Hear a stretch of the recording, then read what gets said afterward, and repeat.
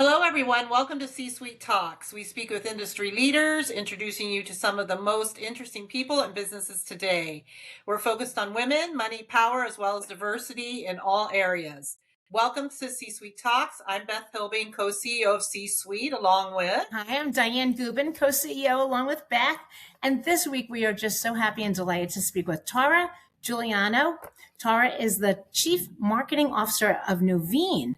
Nuveen is a leading global asset manager, and she is responsible for 1.4 trillion in assets under management. She leads a global marketing and communications organization responsible for developing and executing Nuveen's go-to-market strategy, focused on acquiring, retaining, and expanding client relationships. Tara spearheaded Nuveen's 2025 enterprise brand refresh, which is anchored by the tagline, "Invest like the future is watching." And she was recently named both Chicago AMA and the Financial Communications Society Marketer of the Year. And beyond her marketing leadership, Tara is a mental health champion who advocates for greater awareness of how financial stability intersects with long-term well-being, using her personal experience of family loss to help reduce stigma and encourage support seeking. Tara holds a BS in Business Administration from the Ohio State University and MA in Communications from DePaul University. Thank you, Tara, for being here. Yes, thank you so much. And Tara's always been a huge supporter of C-Suite, and we love that. We do. We appreciate you so much. So you lead marketing for 1.4 trillion investment management in an industry historically dominated by men. What's something that you previously misunderstood about leadership at this level before you stepped into this role? Great question. I guess the answer that I would give to that is you often think when you're coming up in a functional role, in my case in marketing, that being an excellent marketer is going to get you there. And the reality is at the C-suite level, you have to really deeply understand the business. In my case, I have to understand over 500 investment products and what they do and their positioning and how they work. I have to understand the financials of the business. I have to understand our client insights, our growth opportunities, and really be able to be very fluent in the language of investment management and of our company. And I think that's a little bit misunderstood, right? When you're in lower levels of the organization, and we have to be stewards of the business just as much as we are excellent marketers and communicators. So that's something that I would share. I think that's been important to my success, is that I always ensure that the conversation is data driven, that it's insights driven, that it's really relevant to the audiences that I'm speaking to as it relates to growing the business. That's fantastic. That's amazing. That is. How big is your personal organization there in terms of the team that you're managing? We manage about 130 marketers and communicators around Wow. in Europe, Asia, and in the United States. Yes, I know that it keeps you hopping as long as we've known you over these last couple of years, which is great to see you out there. Tell us a little bit about your background, because I know we've talked about this before, that you grew up in a low-income household. You had profound personal loss that shaped your career. And I know that impacts how you influence and lead today. So if you don't mind sharing with everyone, I know that they would love that. Sure. Yeah. As I say, my personal experience has informed my purpose, my personal purpose. And I think that's another leadership lesson that I learned is, you work so hard and you just keep your head down and you work and you work and you work and you get to a point. And, I had a mentor say to me, like, "You've made it. You're the CMO. Take off the mask. Take off the mask and really tell us, your real story, and be vulnerable and have courage." And that's when I started to get comfortable with really telling my personal story. And when I started to have some light bulbs go off around, maybe perhaps why I seeked out this type of role in the first place. And that is, yes, I grew up in a low income household where I didn't have financial stability, and nor did really anyone in my community around me. Everyone really lived paycheck to paycheck. That was the norm. And what I saw in movies, what I saw, the art of the possible out there was for me always kind of craving to be in a financially stable environment. And I think that also maybe psychologically led me into finance as a career. But, you know, 8 years ago, I lost my brother to suicide. One of the reasons he took his life was because he was deeply entrenched in debt. And that moment really makes you think everything. And for me, I really connected with this. Wait a second, why am I getting up and coming to work every day in this industry? Well, I have this incredible platform and this incredible opportunity to help more people have financial stability working at a finance company every day and being in this industry, which is really, I've only been in financial service industry my entire 25 plus year career. It's all I've ever done. It's all I ever want to do.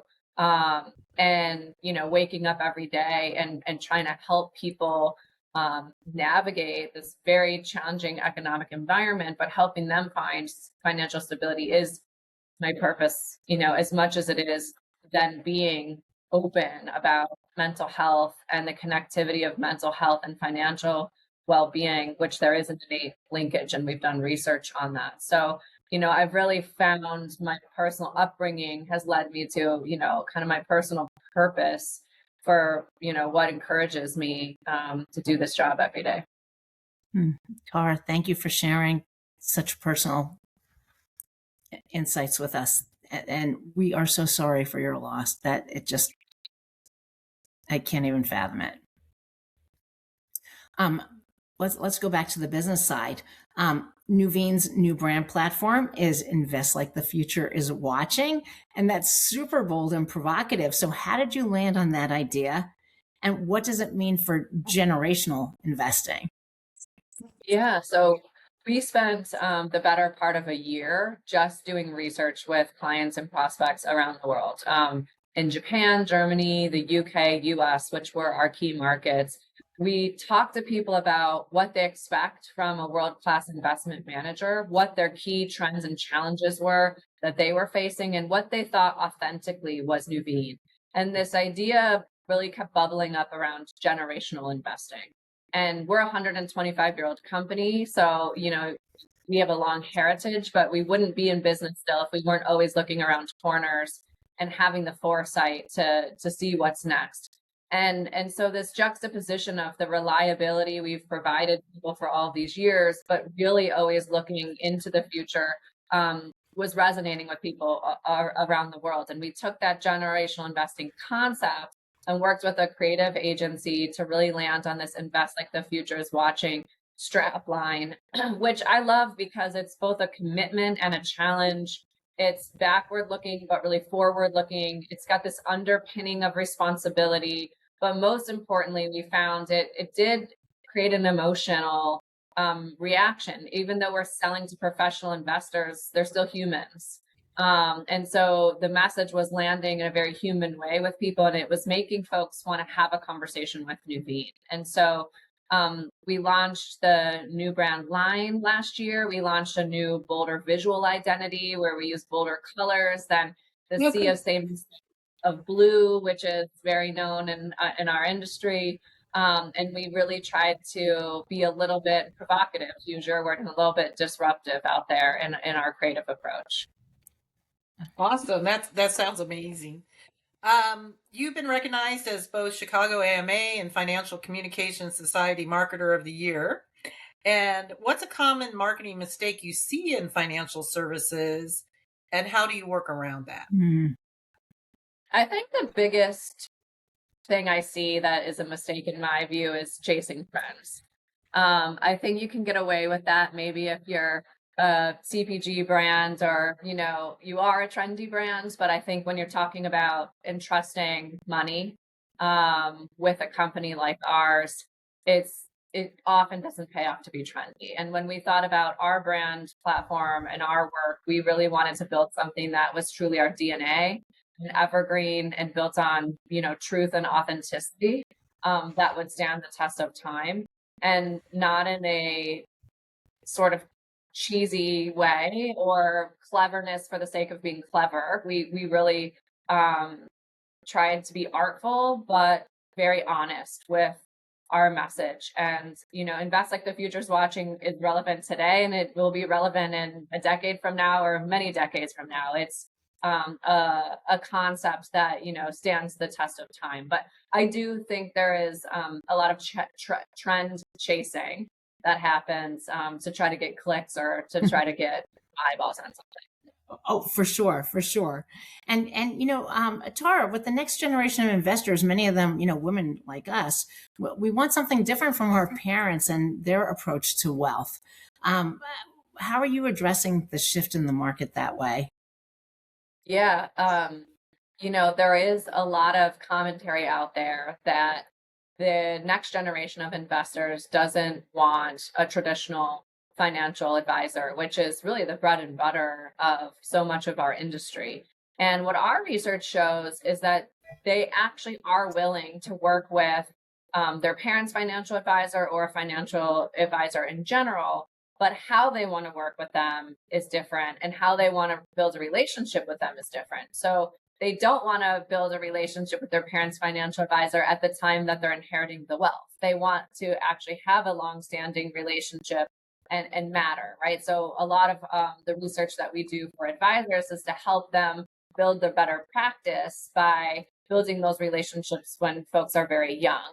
The second thing is, what the research shows is that people don't necessarily want a financial advisor to do it for them. They want a financial advisor who's going to educate and do it with them. And so much, I think, of the next generation is about, hands-on doing things for themselves. And so that will cause, a bit of a shift. And I think women in particular, they really want educated as it relates to these topics. They want somebody kind of holding their hand versus, just outsourcing it fully. And so that's going to be a change. We've created all kinds of new programs where we're training financial advisors to have different conversations with their clients, to help them provide with different tools. The investment landscape's changing so much as well. It's harder to generate income off of traditional stocks and bonds portfolios. We offer private markets investments, like used to just be available for the wealthiest investors. Those are now being made available to retail investors. We offer a huge array of tax advantaged offerings, but you have to actually be educated on them, know how to use them, know how it fits into a portfolio. And so the more that financial advisors can start to really think about the plethora of opportunities and hold the hands of this next generation, I think that's really what's going to make them successful. Yeah, and with that transition of all the wealth that will be coming down, it's more important than ever to educate them on that. So, for sure. For all it's keeping up with it, for sure. Yes. Yeah. And you've been very vocal about the intersection of financial security and mental health, coming from your earlier experiences. And many financial people avoid that. What's one innovation or call to action you extend to anyone listening who's navigating that intersection? Yeah, I mean, the first thing I would say is break the silence. It's often taboo to talk about suicide, and actually, what the research shows is the best way to prevent suicide is be open and willing to talk about it. And so we make the analogy about cancer. Many moons ago, people called it the C word. They didn't talk about cancer prevention. They weren't openly having discussions about it. There are some parallels when we think about suicide. There are many ways to prevent it, and it should be an open dialogue that more people are willing to have. So first thing I would say is, talking about mental health. We offer here at our company mental health first aid training for anyone who's a manager. Anyone who wants to take that training can get that certification, just like CPR. There's a mental health version of that you can get trained on. That's a really easy one, where you know how to have a proper conversation with an employee or your child or whatever it may be. So I mean, there's so many tools and resources out there, so many great ones that people should familiarize themselves with, but you also have to be vulnerable and the courage to have the conversation. So what's a piece of advice, or what do you, because I know you mentor a lot and you're Yes, a very lot. active in your ERG groups and so forth. When you're out there talking to the next set of leaders coming up the path, what do you advise them on? How do you get them ready for taking on larger roles? Yeah, well, I mean, I always explain to people that the higher up you go, the less you're doing the work maybe you were once super passionate about it. The more you're doing of managing humans, inspiring, managing your energy, understanding the business, managing your stakeholders, right? It's a different set of skills altogether than what made you a great marketer, right? What made you a great marketer at a certain level, you have to kind of keep adding tools to the toolbox to allow you to be a great executive presenter, to make you a good student of the business, to be able to speak the language of your business partners and so on. But I think it's a lot of those layers that you need added to be able to manage people, really. And I think about AI and the disruption that that's going to bring to marketing departments and to business, writ large. And at the end of the day, human to human relationships and managing people is still going to be critical skills that we all need to have, that, the robots won't be able to do as well as we can. And so, we're juggling at this level, we're juggling a lot of balls. A lot of them have to do with people and how well you are at managing that and getting, big, bold, work done as well. Oh my gosh, for sure. In this age of AI, you are definitely juggling a lot. And anything else you'd like to add before we wrap up, Tara? No, just thank you. Thank you for having me. Thanks for what you are doing, advocating that you're doing across the United States. We really appreciate it. Oh, well, thank you, Tara. Thank you to our listeners. And Tara Giuliano is the Chief Marketing Officer of Nuveen. How, if anybody wants to get in touch with you, may they do that? Would LinkedIn be the best? Yeah, Is there another LinkedIn way? is definitely where I tell my story and where you can follow. Terrific. Terrific. So thank you to our sponsors, Nuveen, one of our major sponsors, Cone Resnick, Capital Group, City National Bank, Breakthrough Beverage, Uncle Nearest, and of course, C-Suite Search. If you're hiring for your team, give us a call. Thank you for listening. Beth, do you want to wrap us up? Yeah. So hit the subscribe button on Apple, Spotify, or anywhere you find your podcast, YouTube, etc. Leave us a review. Also, come be active, get involved. You can send me an email, beth@csweet.org, and check out our website, www.csweet.org, and come and join an event. And we look forward to many more great sessions at Nuveen in Chicago. Always a pleasure. Thank you, Tara. Thank you.